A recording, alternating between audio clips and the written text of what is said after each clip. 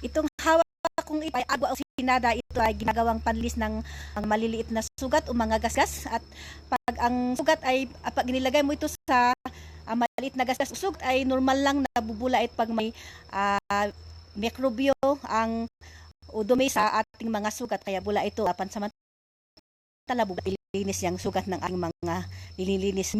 Dini-infect yung mga para hindi ma-infect yung mga sugat natin. At ang ginagawa din ito na pangpaputi ng pang-is ng mancha ng mga ating mga damit.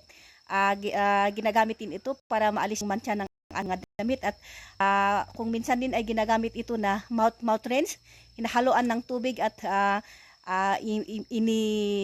inigagargal ito sa ating mga bibig para malinis yung ating mga bibig, pero ito ay hinahaluan ng tubig. Kaya ito ay pero ito ay hindi iniinom.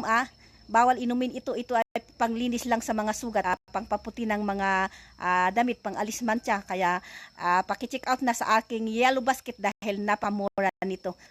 Agua oxinada o hydrogen peroxide. Ang